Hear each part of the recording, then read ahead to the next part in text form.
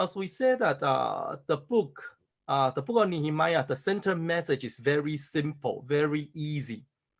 It's talking about a person named Nehemiah went to Jerusalem and mobilized the people to rebuild the holy city and then restore their faith toward the Lord. The message is very simple and straightforward. However, though simple and straightforward, but you will find the process itself with a lot of similarity in comparison to our life, our spiritual, in comparison to this spiritual journey in building the holy city in our heart. Because the whole journey of faith is building the holy city in our heart where God abides, is to build a holy temple inside the holy city where we worship and serve. Okay, so that's the core center, the message of Nehemiah.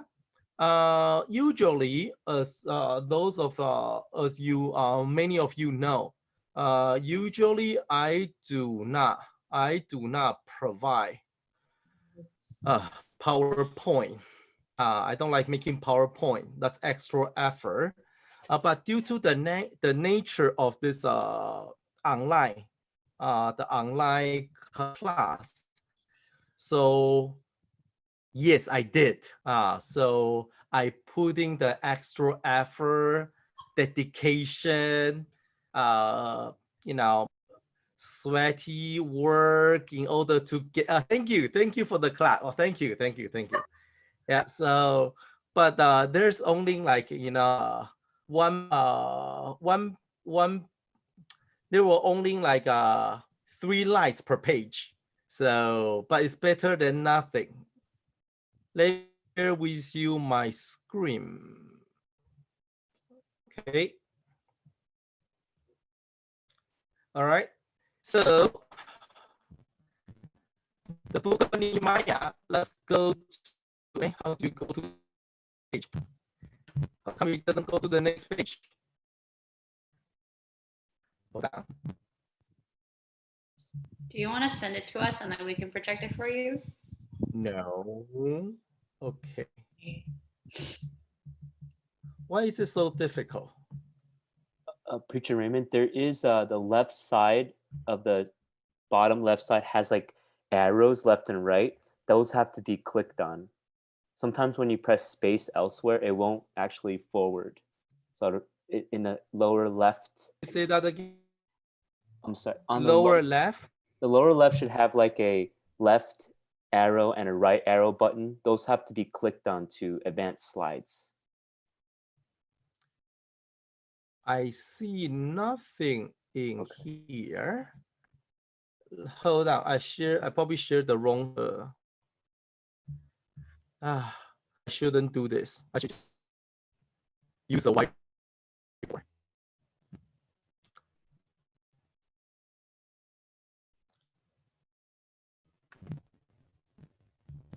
Okay.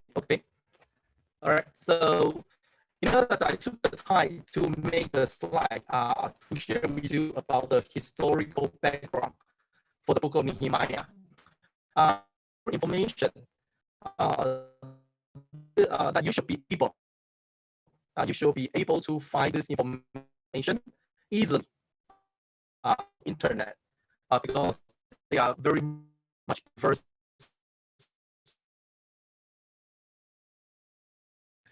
Preacher Raymond, so when you share the 400, yeah.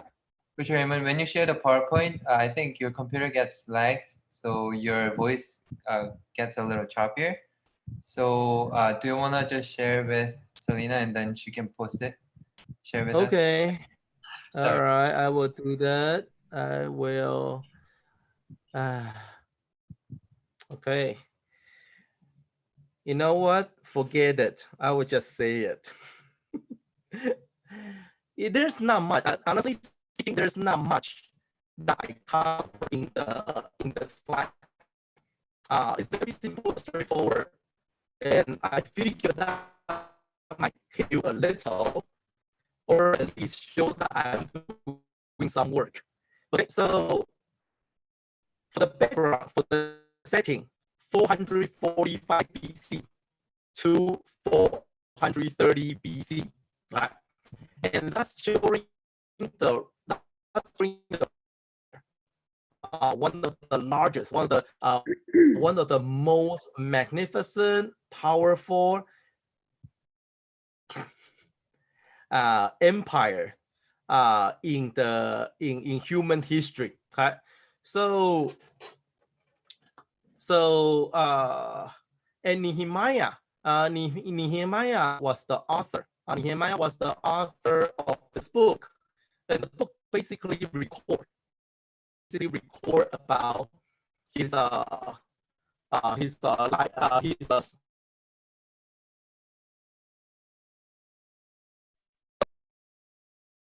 taking an adventure into an uncharted. Why do we say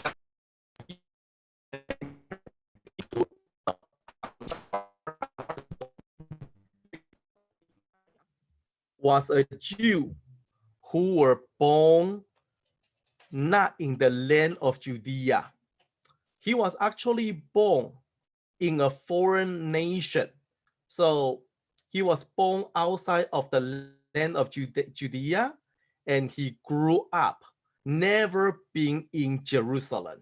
Okay. So just like some of these are the second or the third generation in United States or in other parts of the world, you probably grow up knowing some of the language of the of where your parents came from, or you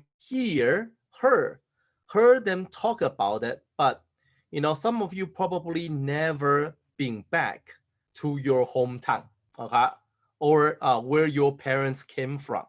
So for Nehemiah, he was born outside of the land of Judea, and he grew up in the foreign environment. So we are talking a person, a Jew who never been in Jerusalem, who never been the land of Judah, and then went back to Judah, spent years to rebuild the holy city of his ancestor. Okay, so so that's the author. The author was Nehemiah, and Nehemiah, or the book of Nehemiah. If we want to go into the detail in terms of structure, that's too many. You can actually divide the whole entire book into many small portions. So we will skip that. Just remember, very simple, Nehemiah, he heard about the news, or he heard about what happened to Jerusalem, and then he went back. He put in effort to rebuild the city, or the city wall. So after he restored the city wall, then he restored the faith of the people. So not only he restored the physical wall of Jerusalem, he also restored the wall of the wall in the heart of the people. And then toward the end, that Nehemiah, he left. He went back to Persia. He went back to Susa, where the palace is. So he went back, but after a while he returned, and he realized that the people or the things were that went back to the old ways. So at the end of the book of Nehemiah is the reformation, is the religious reformation, that he returned and he again rebuilt or rekindled the fire of the, or he returned, he came back to straighten, to fix the problem of the people again. So basically, that's a very simple outline. So for today and tomorrow, I do expect, I know it's too late for today, but by tomorrow, I do expect all the students to read the first 4 chapters of the book of Nehemiah. Chapter 1, 2, 3, 4. At least you need to get to chapter 4 by the class tomorrow. Okay, let's go to Nehemiah chapter 1. We are going to divide chapter 1 into 3 parts. The first part, Nehemiah years. Part 2, Nehemiah, he prayed. And number 3, in chapter 2, beginning of chapter 2, Nehemiah, he put in effort, or he took the action. Okay? So as we say, Nehemiah was a historical legend in the history.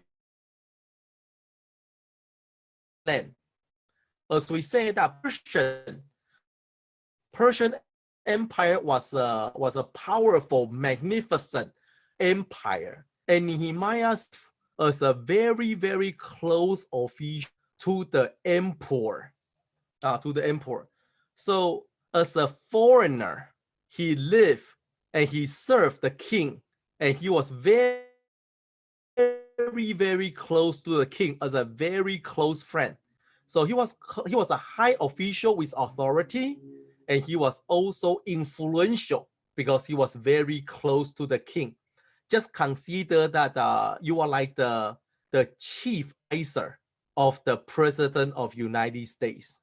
Okay, someone like close to the king, high official, and also influential.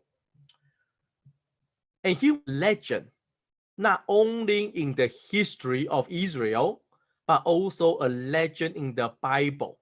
He was able to live out a different life, achieving great goal, and at the end remembered by man and by God, not because he was highly regarded in the palace of Susa, but because he made decision to live out his life differently.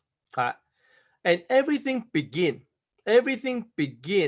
with the 3 things that we mentioned. The journey of legend, the journey of his legendary life all begins. Number 1, he cared. Number 2, he prayed.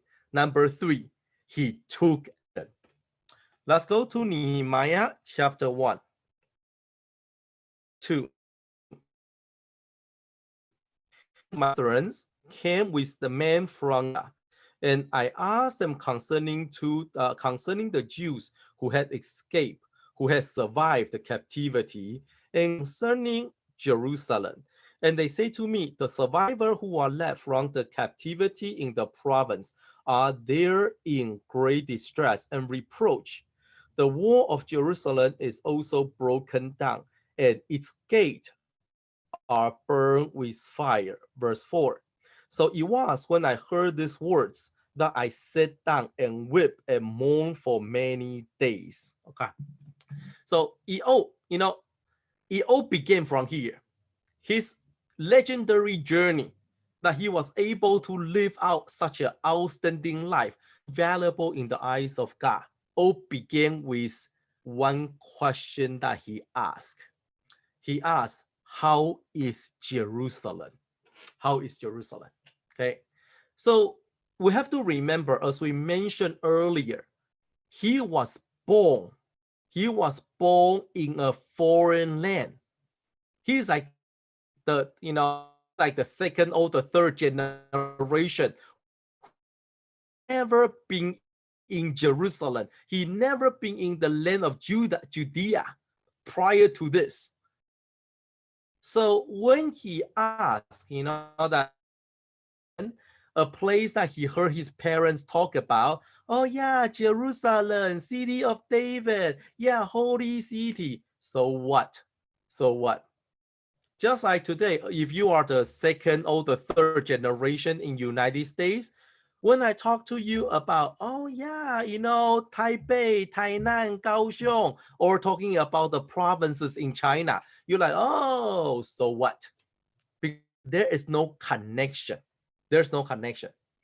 Maybe if you've been there a few times, then there might be some connection, maybe about the food, you know, for Asia, right? For visiting Asia is all about eating, it's all about food. So maybe you're like, oh yeah, I ate that before. Yeah, I miss that kind of food. But if I talk to you about, oh, you know that that building, you know that famous building that was there was an earthquake, it collapsed, and what's your reaction? Oh, so sad. Oh, so bad. And then you turn around, you know, after 5 minutes, you don't even remember what's the name of the building. Why? Because it's not in you. It's not connected. Something that you really care about because it was not part of your life. But apparently that for yeah, is not. When he asked, you know, that he found people from his parents' homeland. So, you know, it could be out of curiosity. It could be curiosity. Oh yeah, how is that city, the famous Jerusalem? How is it? And here says that Hanani told him the city was the city where the gate wall collapsed and everything is a ruin. If you were Nehemiah, what would be your reaction? You will be, oh, so sorry. You know, like typical American when we hear, oh, I'm so sorry.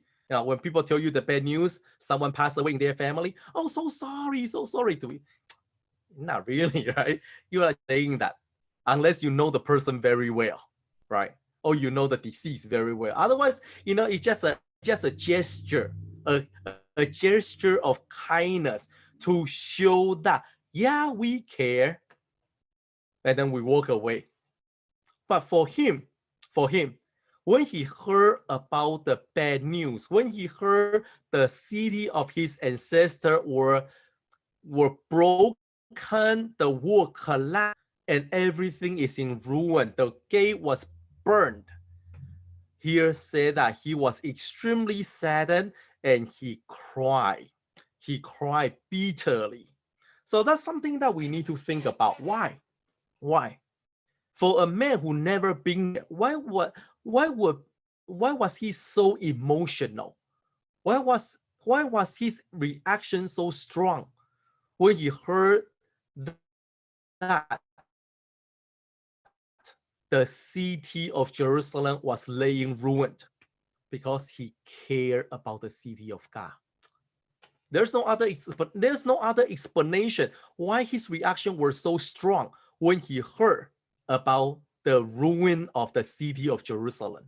The only reason is he cares so deeply, even he never been there himself.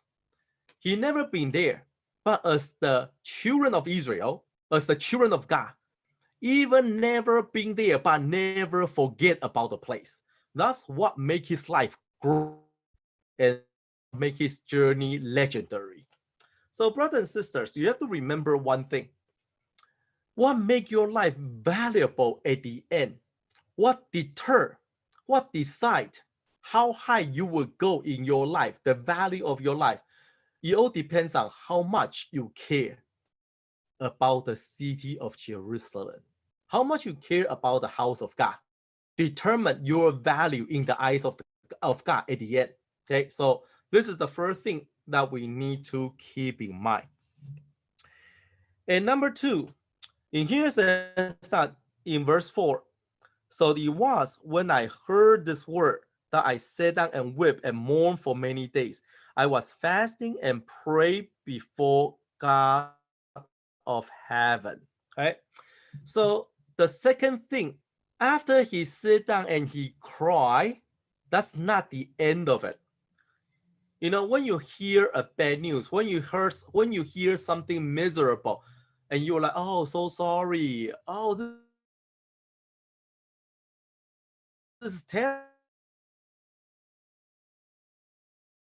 But did not stop there. He took as a bad news or a disaster. That's just something terrible, just a terrible news I heard. So sorry, and then cry a little. He did not allow the news only to stay as a sad news. He turned to and he want to do something about it. Very often, when bad news happen, and you tell yourself, this is terrible. And the next thing you say to yourself, there's nothing I can do. There's nothing I can do. You know, yeah, terrible, terrible, terrible to be them. Terrible, this is terrible. But usually we stay at terrible, at feeling sad. But we are not necessarily proceeding to the next step of seeing maybe do something about it. I still remember many years ago, we all know the famous September 11 that happened in New York, where I grew up. At that time, I was in California. I was working in California.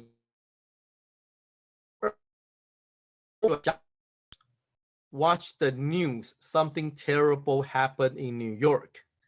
So I roll over the bed. I roll off the bed, and then I was watching the replay. I was watching the replay of what happened to the Twin Tower.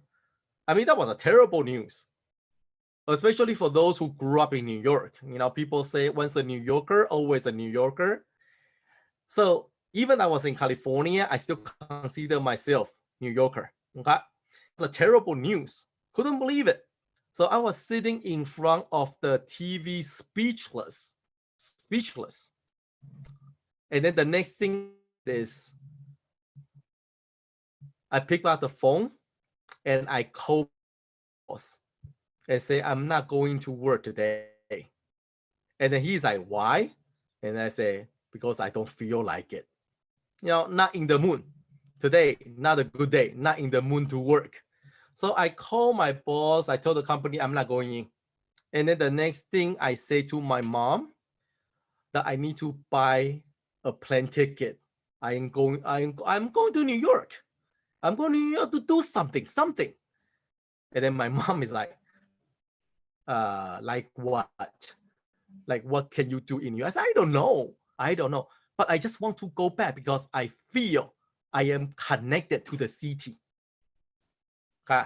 So I think this is kind of feeling that even you are not there, even you do not know how much you can do, but you care enough that you want to put in some action. You say you want to do something about it.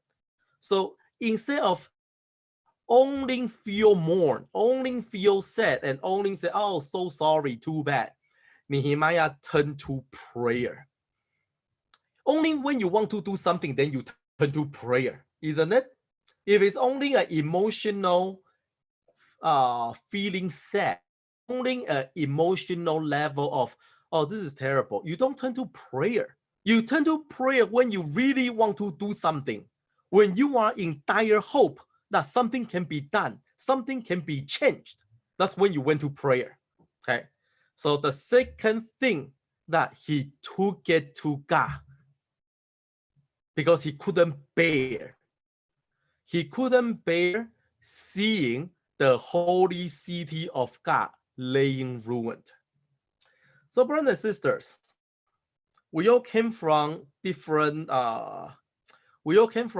location. Okay, we all came from different local church in different region. Some church, plenty of manpower, you know, a lot of members, plenty of manpowers, but some places are very short an entire need of additional workers. When you look around and you look at your local church, when you find many work but very few workers, when you see the church need to be cleaned up, but no one took up the job, no one take the job upon themselves. When you look around, only the elderlies are cleaning. Young people feel, hey, that's nothing to do with me. When you see your local church is in that kind of circumstance, how do you feel? Do you feel there's such a great pain, an agony in your heart when you look around and say, why is the house of my God laying ruined, lacking workers, no one clean up, people pay little attention, truth seekers no one attend to, evangelical service no truth seekers? When you see that happen in your local church, do you look around and start pointing finger and say, pastor, no, councils, this person, that person, everybody got problem except me, never problem? Or when you see that the house of the Lord laying ruined, you do not only feel sad, you do not look around and point finger, you do not shed some tear, you start kneeling down and pray and say to the Lord, Lord, we need to do something. Allow me to do something about it.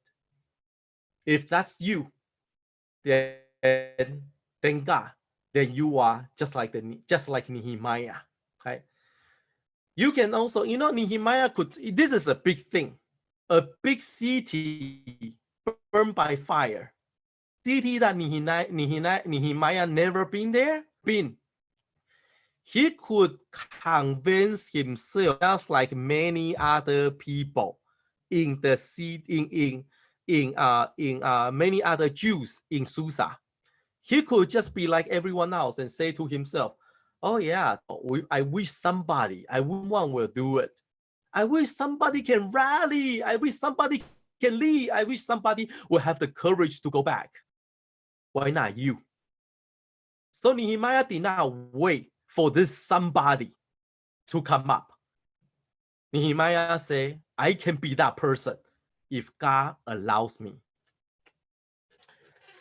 I was talking to, when I was in TTP, a few years ago when I was still in TTP, I still remember one of my classmates. I asked him. We asked him. We went around and share why we joined TTP to become a pastor. And I still remember very vividly that one of my classmates who is in the older age, that he said, well, I feel the church really need pastor. We are so short of workers.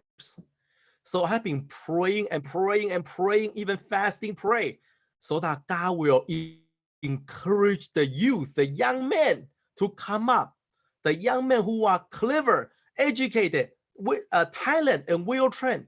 I pray, I fast and pray for many years, hoping someone can come up.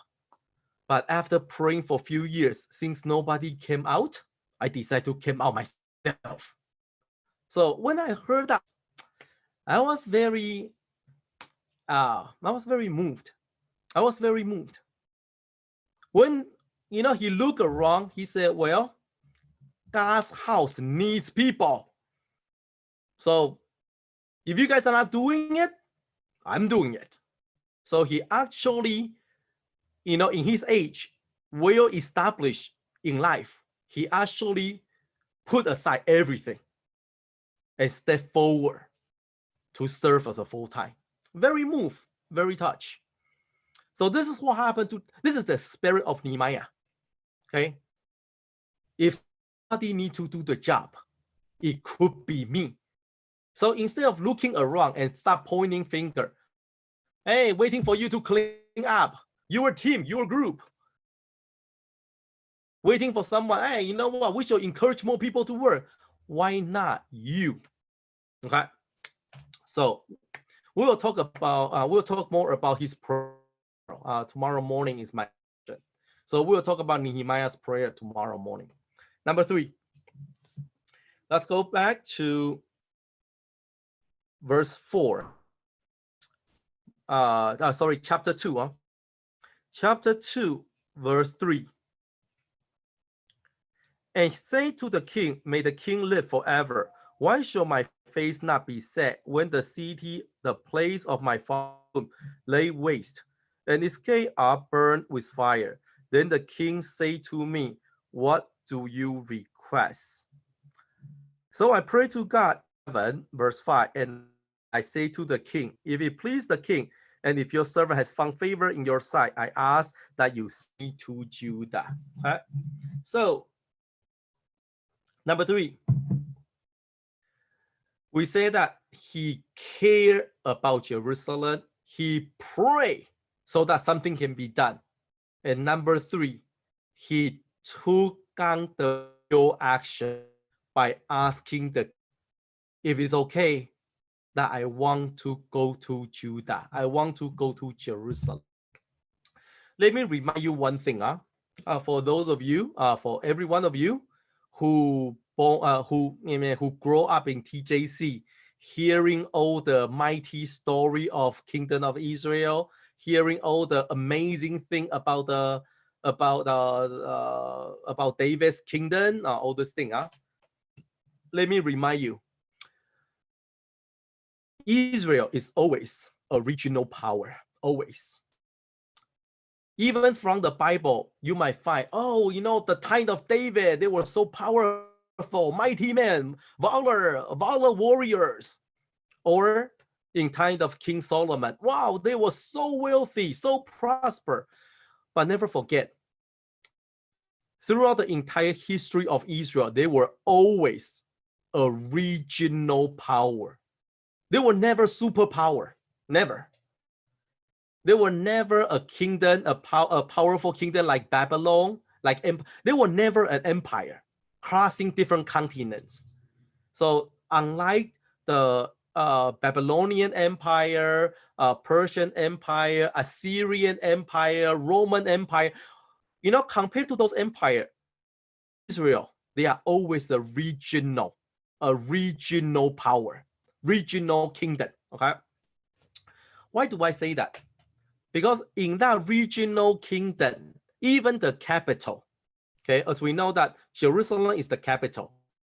The capital of a regional kingdom is still a small place compared to the capital of Persian Empire. Susa, the city of Susa is one of the 4 capitals of the mighty Persian Empire. But even though one of 4, there were 4 capitals in Persian Empire, and Susa was one of it.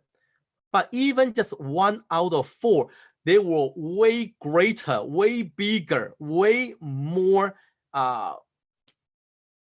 than the city of Jerusalem. So location-wise, at this time, the city of Jerusalem is considered as a countryside. Don't even mention that the city were burned. So it's worse than countryside. It was actually a ruin, a desolated ruin. So at this time, Nehemiah, the official very close to the king, living in one of the greatest cities on earth in that generation, and asked the king, say, if it's okay, I want to go to Jerusalem. That's action. But action requires sacrifice. You have to remember, this is not like, oh yeah, let's go to New York, let's go to Los Angeles, let's go to London, Paris. We're not talking about Tokyo, fun place. We are not talking about this. We are talking about asking you to move or not asking you.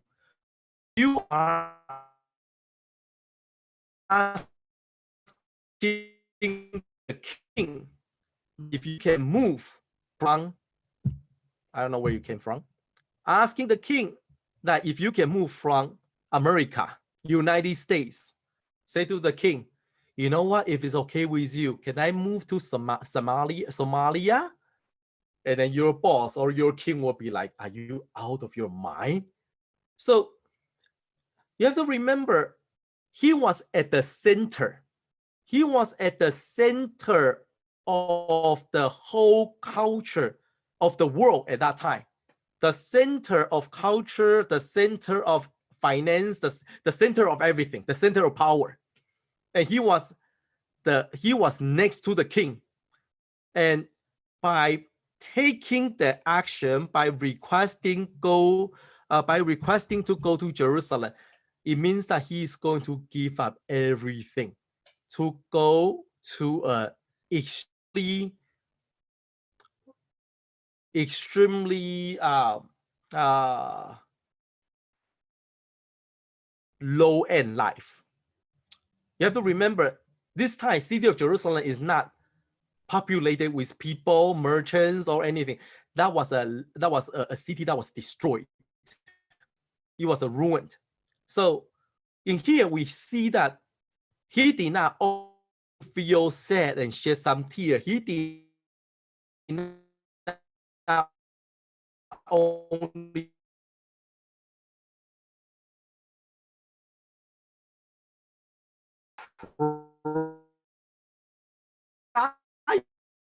you doing about it.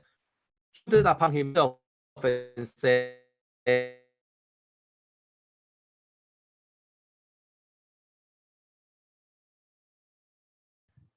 Sorry. sacrifice his future, everything. All right, let's all bow and pray in silence.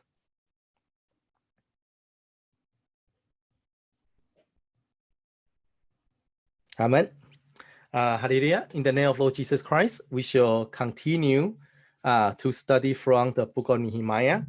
So in our first class, we mentioned in order for Nehemiah to live our legendary life, an amazing life, not only in human eye, but also in the eye of God, that after thousands of years, that we, until today, we still talk about his life. We still talk about his story. So in order to do that, there are some prerequisites, there are some requirements.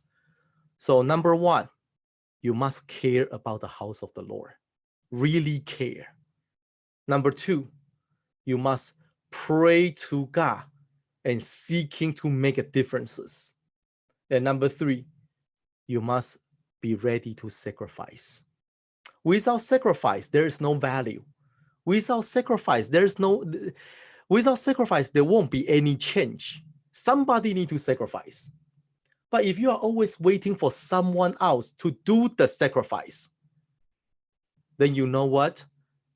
Either you will never see any change, or the change will have nothing to do with you. Okay, so the last thing that we mentioned in the previous class, the last thing is that in order for Nehemiah to fulfill this burning desire to do something for his ancestors' God, in order to do that, he must prepare to give up, to sacrifice. As we mentioned, that his career, he was a high official next to the king. He was the king's cup bearer. So what does it mean by cup bearer? Cup bearer is the person who poured the wine for the king. You might feel that, what kind of career is this? This is like a waiter, a waiter's job. What kind of career? That's not a career. Let me tell you, when you are pouring wine for the most powerful person on earth, yeah, it is a career. Okay. It is not only a career, it's a very high-paid career. As the emperor of the Persian Empire, the king, his life, the value of his life is probably the highest in the society. So there were many kingdoms, there were many countries were destroyed, conquered by Persian Empire. So I guess many people want the king to die, want the emperor to die. So they will, they will do many different ways, including poisoning the king. Okay? So the job of the cupbearer, not only you need to know the king well, knowing what kind of wine that you want to select for him, knowing what kind of wine he likes. Okay? But one more thing, far more important, the king must trust you. The king must trust you with his life, knowing you will not gang up with the outside people to murder him. Okay, so now if we look at this perspective, then you know it's not really about what he does at work. He could, pour the wine, he could bake the cookie. It's not really about the job itself. It's about the trust. The king trusts him. The king trusts him. Close friend to the most powerful person on earth. That's Nehemiah. But walking away from the center of the empire, walking away from the side of the king, you know what that means? You know that even good friends, like your elementary classmates, how many of you still contact your elementary classmates? Not really, right? Unless they happen to be a church friend too, okay? Or it happened that they just live next door, or maybe they went through elementary, junior high, high school, college. It happened to be in the same school, in the same classroom all this time. Then maybe you still connect. But other than that, you know that your best friend, your buddy, your best friend 10, 20 years ago, if you do not contact each other for 5 years, 10 years, then it's just different. It's just different. It doesn't matter. Yeah, we're so close. We went back for years. But you know what? When you just sit there and look at each other, you don't have much to say because life is too different. Okay? Then you will turn from best friend to friend, and then to acquaintance. So the longer it takes, the farther you are from each other. That's the reality.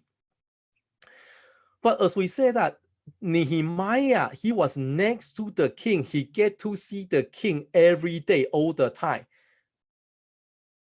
That's how he maintained his influence, his impact, his power, his value. But by asking to go to the city of Jerusalem, it means that he was ready to be replaced. The king will not say, you know what, Nehemiah, you go. From the day that you gone until the day that you come back, I will not drink anything. No wine. I will reserve that privilege for you and you alone. Yeah, right. It's impossible. There are many, many people, a long line of people waiting, cannot wait to replace Nehemiah to become the new best friend of the king. So you know what? For him to ask to leave the center of the empire from the side of the king, the emperor, to go to a far away small city, ruined. Basically, he sacrifices everything. Everything that he knew. Remember, we said he was born in the foreign land. He didn't know anything about Judah. He didn't know anything about Jerusalem. So, number one, he need to sacrifice his comfort zone, everything that he knew very well, or his friend, or his connection, everything that he was familiar, the house that he newly purchased, everything. And second, he need to sacrifice his future, his so-called career, a very promising, prominent career. But for the sake of Jerusalem, he said, sure, for God, anything. And because of this kind of mindset, because of this kind of determination, willing to sacrifice and willing to sacrifice everything is what makes him great in the eyes of God. And it's what makes him prominent in the eyes of men. Okay? Right? So we mentioned about the three things that he did. Now we want to mention about the three status or the three titles that was mentioned in chapter 1. Let's go to Nehemiah chapter 1 in verse 6. In verse 6. Verse 6, please let your ear be attentive and your eyes open, that you may hear the prayer of your servant, which I pray before you now, day and night, for the children of Israel, your servant, and confess the sin of the children of Israel. Okay, and let's continue to read verse 10. Now these are your servant and your people whom you have redeemed. Let's read the last verse, the last sentence in chapter 1. For I was the king's cupbearer. So why do I point out these verses? Why do I quote these verses? Because in here, it mentioned three different titles of Nehemiah. Just like you and I, Nehemiah also got several different titles. No, you also got different titles. Your title could be someone's son, someone's daughter. Your title is a student. Your title is a RE teacher. Your title is a husband, is a wife. So you know what? They are. Everybody got different title. But in here, Nehemiah, he also possessed three different titles. The first one is, I am a Israel. The second title is, I am your servant. And the third title is, I am the king's cupbearer. So he was identified. Nehemiah was identified by all these three. And these three titles, these three status determine his future. So in Chinese, 我们讲身份决定本分，本分决定福分。Your status determine your responsibility, and your responsibility determine your reward at the end. So knowing your status is crucial. In here, Nehemiah said, we, the children of Israel, even he was born in the foreign land, even he grew up in an outside country, even he never been in Judea, even he never been in Jerusalem, but he see himself as the children of Israel. The moment when he, if Nehemiah, he said that, no, I am the children of Persian. Okay, we the Persian. Okay, if he feel that he was the people of Persian, then whatever happened in Jerusalem will have very little to do with him. Nothing to do with me. I'm not from there. I don't know anything. I am not Jew. I'm not Israel. I am Persian. Okay, so because the identity, knowing your identity, will determine what kind of action that you would follow, that you would do.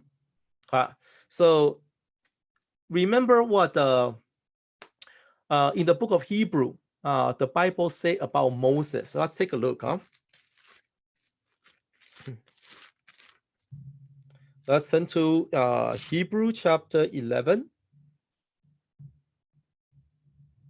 Hebrew chapter 11, verse 24.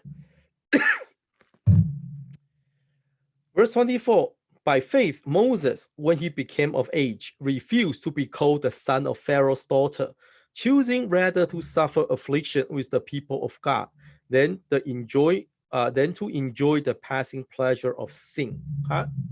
So in the book of Hebrew, it also talk about Moses. Moses, he was found by Pharaoh's daughter. He grew up in the palace, but he did not want to be known. He did not want to be known as the Pharaoh's daughter's son.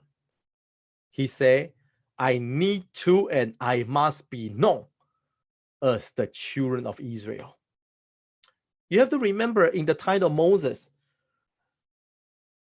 people of Israel is just another name, aka also known as the slave. You know, those Israel, those slave people.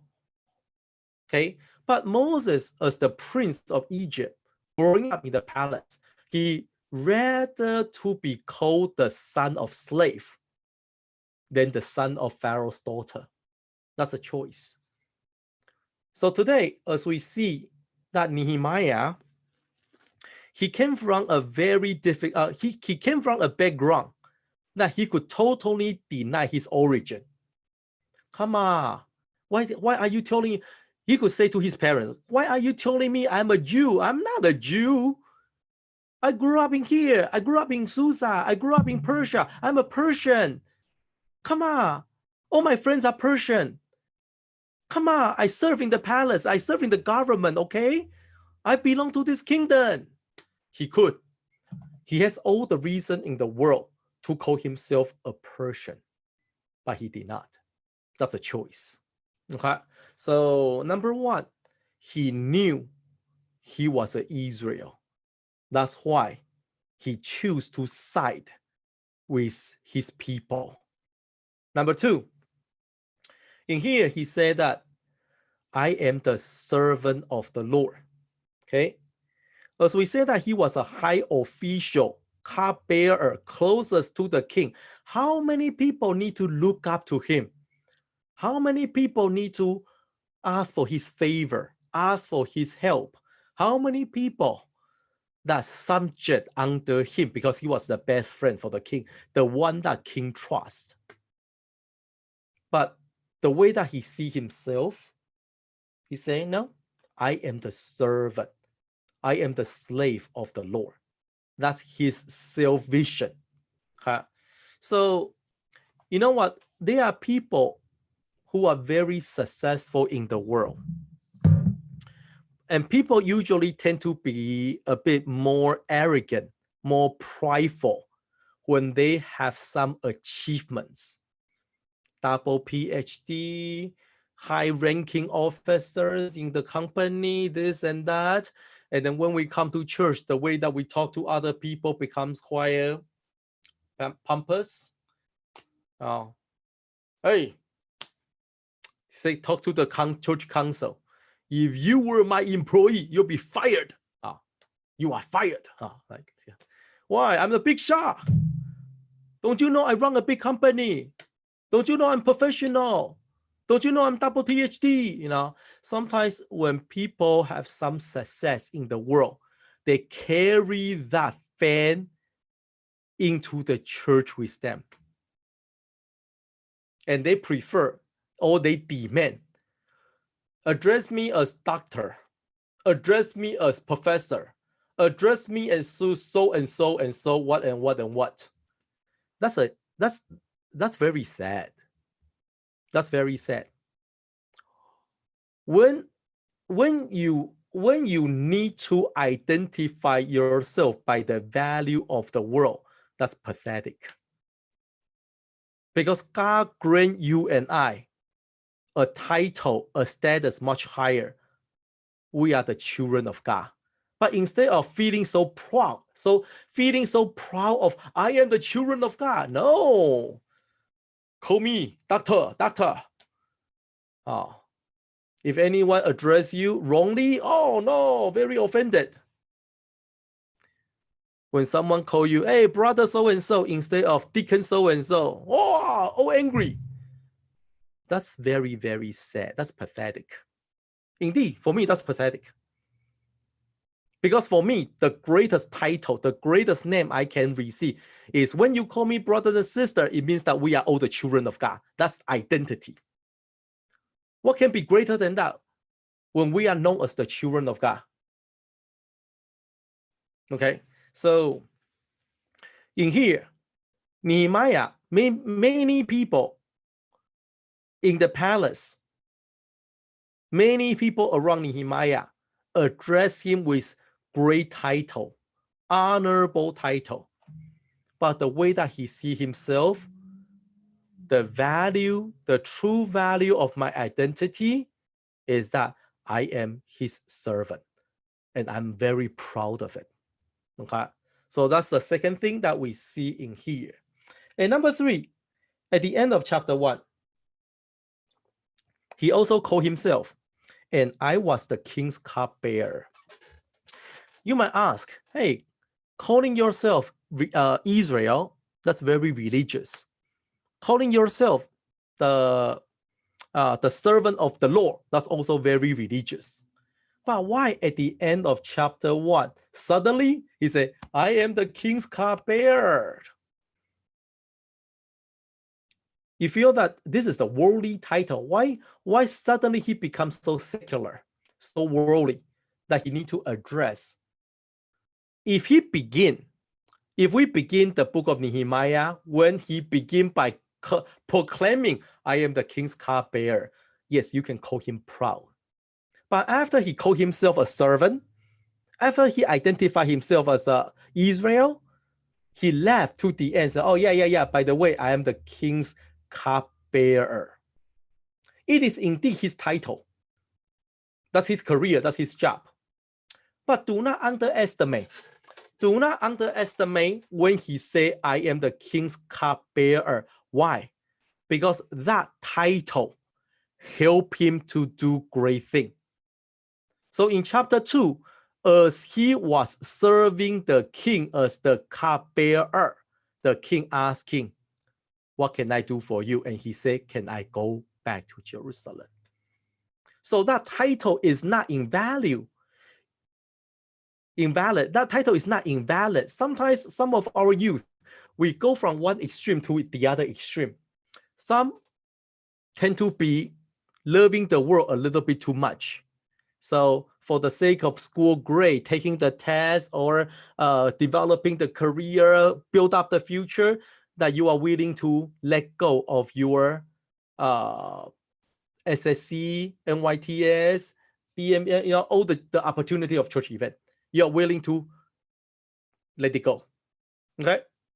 So some youth are going from one side, caring too much about the things of the world. But some youth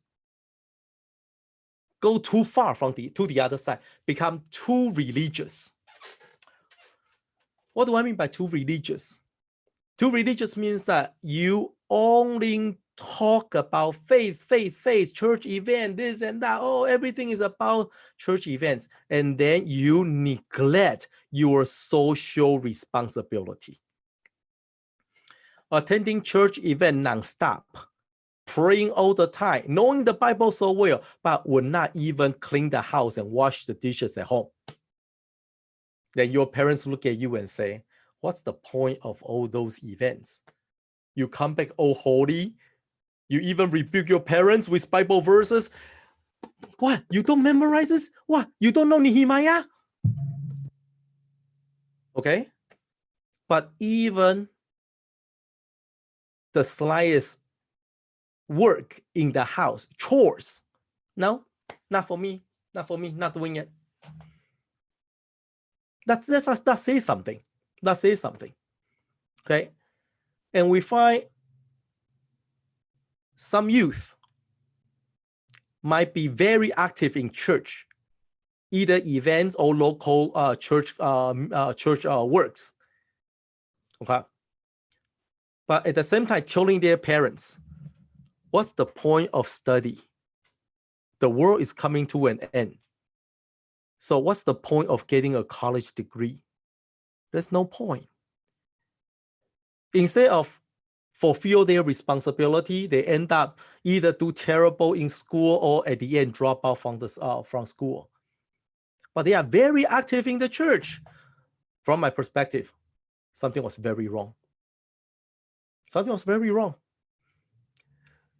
You are using the church event or the so-called holy work as an excuse to dodge your responsibility. That's called irresponsible. Please, you know that's a violation of the Ten Commandments. We call that using the name of God in vain. You are using the name of God to convince your parents or to convince yourself. You know, it's all for God, all for God. So you know what? Forget about school, forget about grade, forget about future career, forget about everything. Everything is about holy, holy, holy. No. You only show that you are dodging your responsibility and you are using the name of God for your own pleasure, for your own benefit. That's called using the name of God in vain. And then drop out from the school, not getting a job, playing video game whole day, but attend all the church seminars and yeah, I'm holy. No, you are not. You are weak. You actually bring unnecessary, you actually bring unnecessary shame to the name of God. You say, I believe in God. God blessed me so much, so I drop out from school. I fail every subject. Thank God.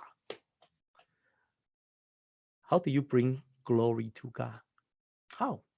I'm not saying that you must be like number one everything. No, but fulfill your basic responsibility. All talking about Bible verses, events, difficult, profound knowledge, book of Nehemiah. But then stay at home. Will not even put away your plate after you eat. Just dump it on the table. Mom, that's your job. Too holy to do that. We call that a shame. A shame. Or you can use another word. How about hypocrite? How about hypocrite? I'm being very honest. I'm being very realistic. Okay? And good thing that this is on internet, so I don't see you face to face. Now I take out all your photos, so I'm looking at myself. No pressure. And I know that after the class, you will not come, you will not just like, call it. Oh, you could call me. Just not answer. Okay. But anyway, so then here, he said that I am the king's cupbearer. You have to remember, Nehemiah was very religious, but at the same time, very successful.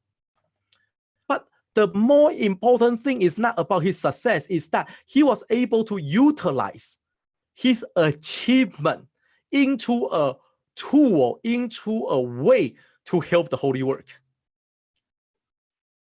If he was not a cupbearer, how could he ever say to the king, you know what, king, my good buddy, been serving you for years.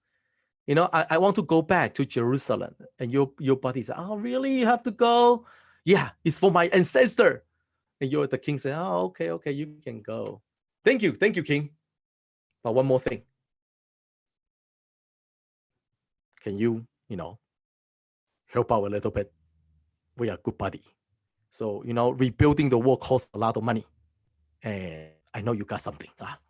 It helped, right? It helped. The king gave him money. The king gave him material. The king even sent soldiers to guide him, to take him back. Why? Because he was the king's cupbearer. So why do I say this to you? I want you to understand. Do not go to the other extreme and undermining all the so-called achievement of the world. Do not just simply jump to conclusion and say achievement of the world is seeking for self-glory, is lust for the world, is greedy. It's not. It's not. Instead, the achievement of the world could serve as a great enhancement in your servitude. You did good in school. You get a good career. You're making decent income. Then you offer more than your share. Then the church got more offerings and more holy work could be done. How is it a worldly thing? There's nothing called worldly. There's nothing is. We cannot simply say something is religious or something is worldly. Just because you are doing something in the church doesn't mean that's a holy work. Doesn't mean that's a holy work. It could totally be a secular work. Serving the church. If you are teaching RE and you took that as an opportunity to demonstrate your eloquency. Oh, everybody love me. I am the most popular RE teacher. You made the work secular. It's no longer a holy work because it's not for God, it's for you. So for study, for making money, for building your career, for building a family, for having children, they all can be called holy work if you do it for God. Okay, so he said that I am the cupbearer of the king, and that important status which he later forfeit, he let go. That important status enhance, help out the holy work greatly. And you know, if that's what happened to Nehemiah, the same can apply to every one of us. The knowledge that you acquire can also be a holy work. The language that you learn can also be a holy work. If you want to preach to someone who only speaks Italian, go learn that. A few years ago, that I took my family to Italy. We spent 2 weeks there, and we spent 5 days in one hotel. And in that 5 days, every day in and out of the hotel from the front counter, there was an elderly man who was running the hotel. Start from the beginning to the end. He only said one word. He only said, "Profeto, profeto, profeto." So I have no idea what he said. He had no idea what I said. Okay. So you know what? Know nothing. I know nothing about Italian. He knew nothing about English or Chinese. Then there's no way for me to preach to him because we cannot communicate. So for you, even for you, learning a language, it can be a holy work. It can, if you use it for God. Okay. All right. All right. We are very behind in my original plan, which is not surprised. Okay, let's go to Nehemiah chapter 2. Nehemiah chapter 2. So, well, we need to speed up.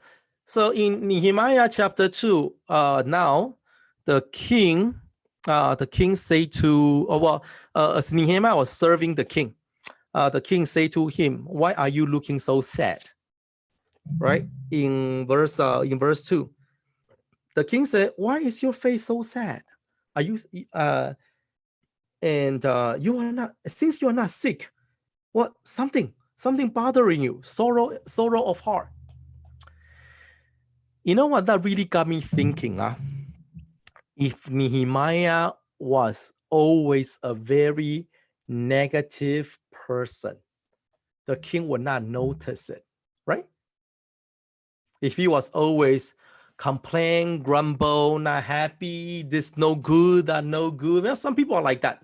Some people, they complain everything about their life. And then if that was Nehemiah, always give people this ugly face, always downcast, always not happy about life, always grumble and complain. And then when the king saw him with the face down, the king probably just murmured to the queen, "What's wrong with this guy? Again, Again, why is he always looking like this? Man, I'm going to get rid of him. I'm going to find someone else. Oh, so you know what? Some people, their life, by looking at them, by talking to them, you will feel this bitterness sprouting out like, like poison. People like, those people who always feel life is so unfair, complain about everything, grumble and complain. Life is no good, no fair. It's very, very difficult for you to do something for God. We all heard about a story. A mother with 2 sons. One son selling umbrella, one son fixing the roof. And the mother is always not happy, always unhappy. If it rains, he worry for the son who fixed the roof. Come on, why raining? Why raining? My son no job, no income, no money, no food. Maybe he divorced his wife. When divorced his wife, children, nobody care. Maybe they bring it back to me.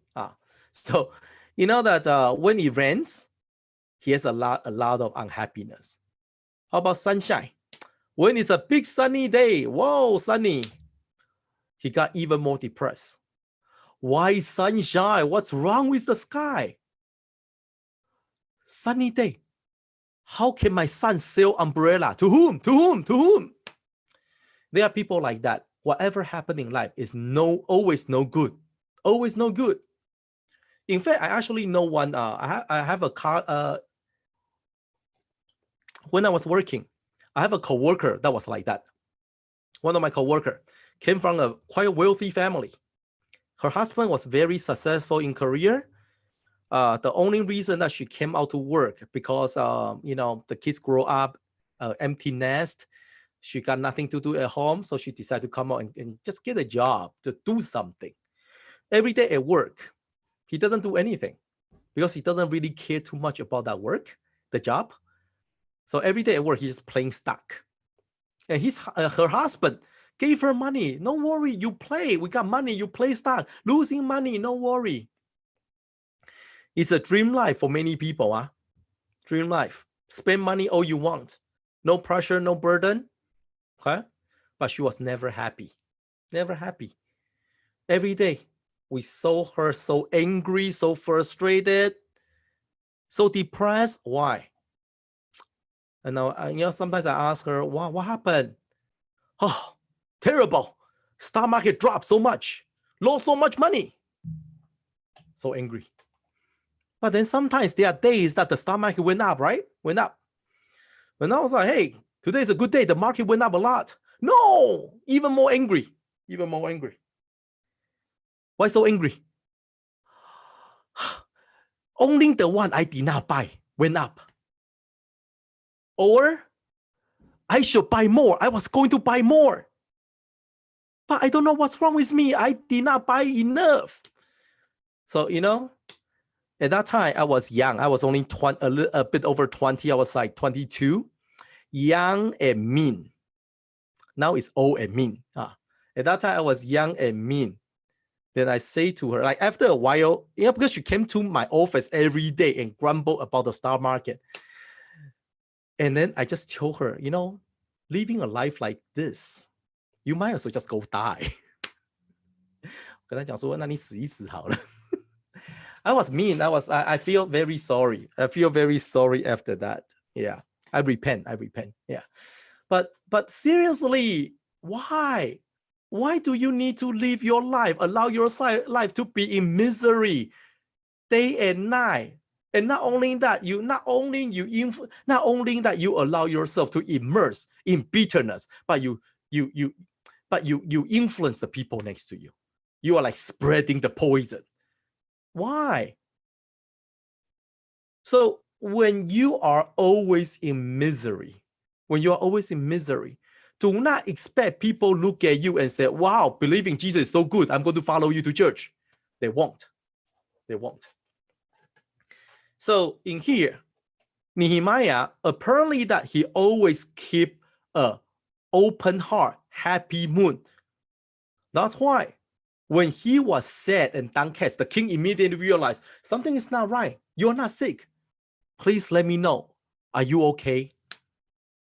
And then that lead to the following story. Okay. So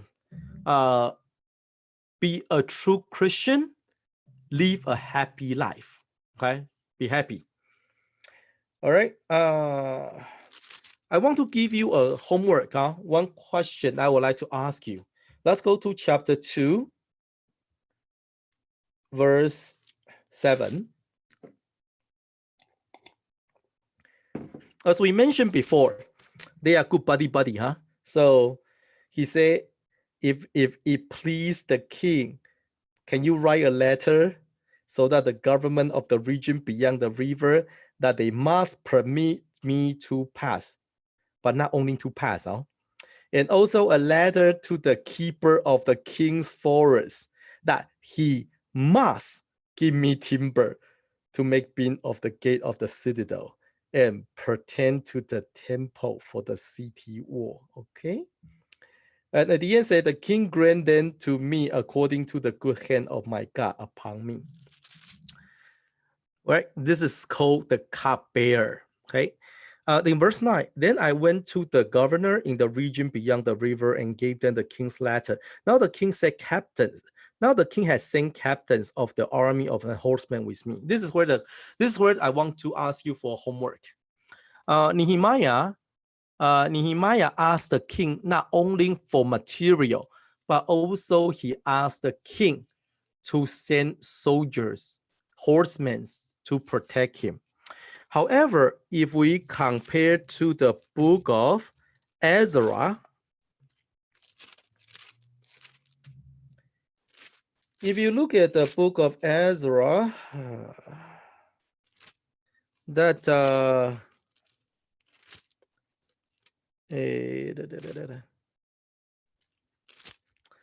in Ezra chapter 8, so remember that Nehemiah and Ezra, their time are not far from each other.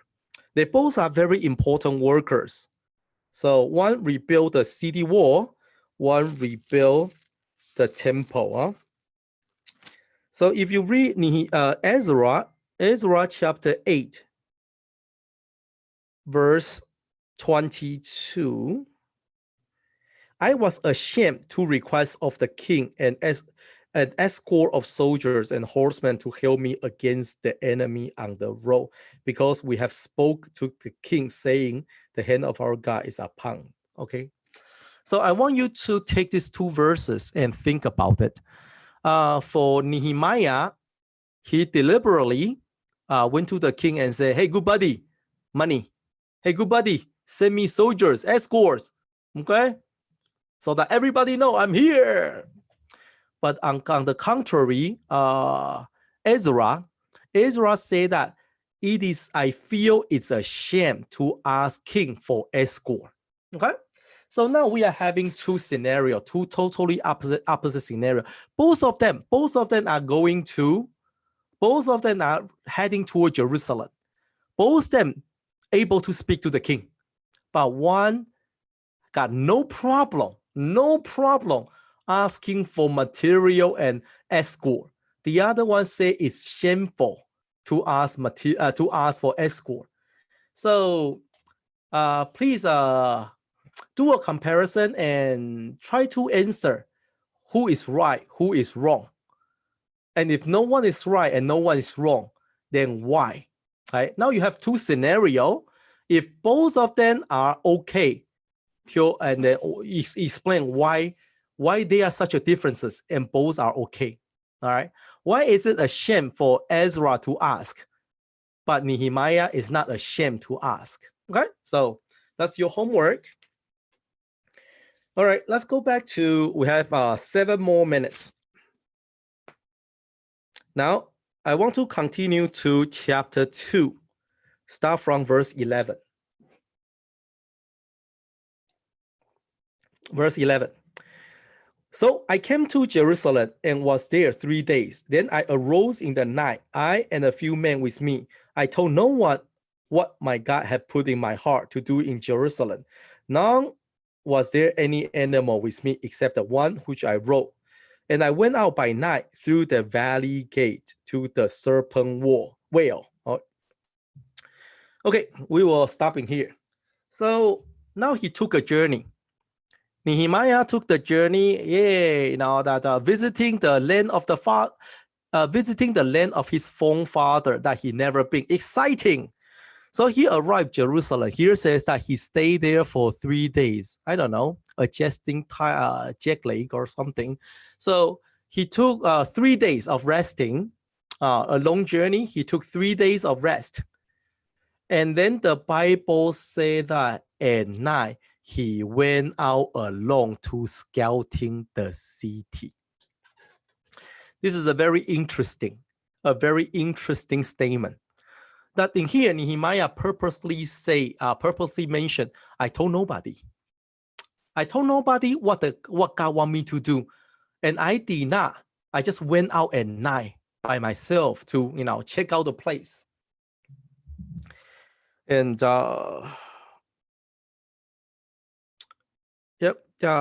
he went out, he went out alone, just with a few men that follows him. But the main thing is he did not tell. Nehemiah did not tell told any of the local governor, local official, or the local authorities. And you might ask why. You have to remember Nehemiah. He was like, the chancellor from the king. He was like, sent by the king, the messenger from the palace, the messenger of the king, and came here to be the governor of you all. So you know that he could totally utilize his name, his title, his connection to the king, and then deal with all the local authority and local officials. But he did not. The Bible says that he went out at night, and then he walked through the land, or walked through the city, and then he saw what really happened. Why do we say that? Because if you go there, you connect with the local officials, then you only get to see what they want you to see. This is what happened. You never get to see the reality if you only see the surface. If you always want to make it, I arrive, everybody welcome me, and then you see in the banquet being treated with lavish meal, and you took the tour, but the tour assigned and arranged only by the local officials, then you will never see the reality. If you want to see the reality, you need to go out at night by yourself. You need to have the moment of low profile, a moment of silence. When we were at TTP, oh no, that's not from TTP. This is from my mom. My mom told me when I was at TTP, my mom told me, when you finish TTP, after your assignment to the local church, for the first 6 months, say nothing and do nothing. Say nothing and do nothing. I was like, why? And she said that because for the first half a year, you know nothing. So since you know nothing, say nothing. Sometimes people feel, not especially, but that when we are giving this commission after the ordination, wow, you are ordained as pastor. Suddenly you are connected to God. You are the prophet, and then you are almighty. You are all-knowing, omnipresent, omniscient, right? No. When you arrive in the new place, you literally know very little, if anything, about what's going on in the local place. But a lot of times when we only scratch the surface and we thought that we know everything, and then we jump out and we try to give this idea, give that advice, telling people this is right, that is wrong. You only make a fool out of ourselves because we know nothing. So my mom told me, spend 6 months low profile, talk to more people, observe more, understand more, so that when you talk, you don't make yourself a fool. I think that's a very valid, very valuable advice that I received, because that was my problem. Too impulsive. I see something, I say something. That's why, my class always go everywhere.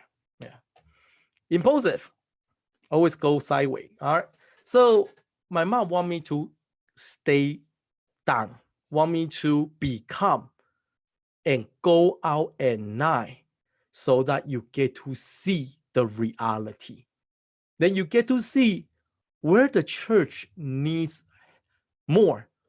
What is the issue of this member and that member? If you only hear, oh yeah, somebody tell you something and immediately you react. Oh, you jump, you want to be giving out the righteous sentence. You want to be the one, the liaison. You know nothing. Then you only make a fool out of yourself. So there are times that we need to learn to lower ourselves. Okay, to lower ourselves. Stay silent, observation, look more, see more, observe more, so that we know more before we say anything that may make ourselves a laughing stock. Okay.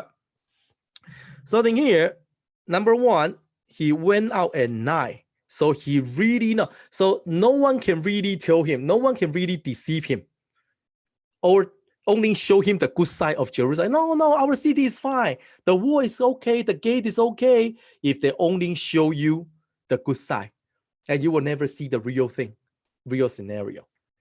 Okay. And number two, in here, in verse 17, then I say to them, you see the distress that we are in, how Jerusalem lay waste and the gate burned with fire. Come and let us build the wall. And I told them of the hand of God which held out. So they say, let us rise up and build. Okay. So second that we see in here is lead by example. After he see the real thing, then he came and he gathered the people, all the people, and said, let us do it together. Even he was a high governor. He did not say, hey, God told me to come to watch you guys work. You better work now. I'm going back. Okay. It's pretty hot out here. So after you finish, come and call me. Yeah. No, he said, let us do it together. And then he shared the testimony to encourage them. That's called leadership. Leadership is not about your ability to command people to do the work. Leadership is able to show by example and also encouraged by the work of God. Showing them that God is here, God is helping us. We can do it. That's called leadership. And lastly, in verse 20, in here, the enemy appear. So when you want to do something for the Lord, when you want to change the way you live your life, when you want to set new goal, a different goal, let me tell you that immediately enemy come, opposition come. You find this throughout the entire Bible. That when the Israelites want to return to God, then Philistine came. When you want to do something for the Lord, changing the way you live your life, build up a good habit, Bible reading and prayer, then let me tell you, immediately, destruction comes. Okay? Opposition comes. Something. So at this time, facing pressure, the pressure are from all the neighboring people. We are talking about the Hermonite, we are talking about the Ammonite, Arabic, all the neighboring people which surrounded surrounded them, and they were giving them a hard time. So at this time, Nehemiah got two choices. He can choose to compromise and be good friend with everyone so that it will make it easier for him to be a governor. Come on, everybody needs friend. Come on, connection. You talk to the king, right? We can all talk to the king. We are all governors. So in order for Nehemiah to have an easier time, to have an easy life in Jerusalem, he could have choose to be friend with them. And that will make his career, his new career as a governor easier. You got connection, you got friends, you are building the new network. As long as you compromise. But Nehemiah say, this is the work entrusted by God, and it has nothing to do with you. You will not be included, and we will not be stopped by you. Okay? So that's the determination. In days of evil, facing pressure, facing tribulation, facing obstacles, your courage allow you to see the mighty work of the Lord. But the day that you become coward and try to withdraw, try to retreat, try to say, next time, I will be strong next time. I will rebuild the wall next time. When we become friends, you know what? When I become buddy with the Ammonite, then, I talk to them again. Oh, you good. All right. So this is a reminder. In the day of destruction, when you become fearful, you lose your strength. Okay, we shall continue tomorrow. Let's all pray in silence.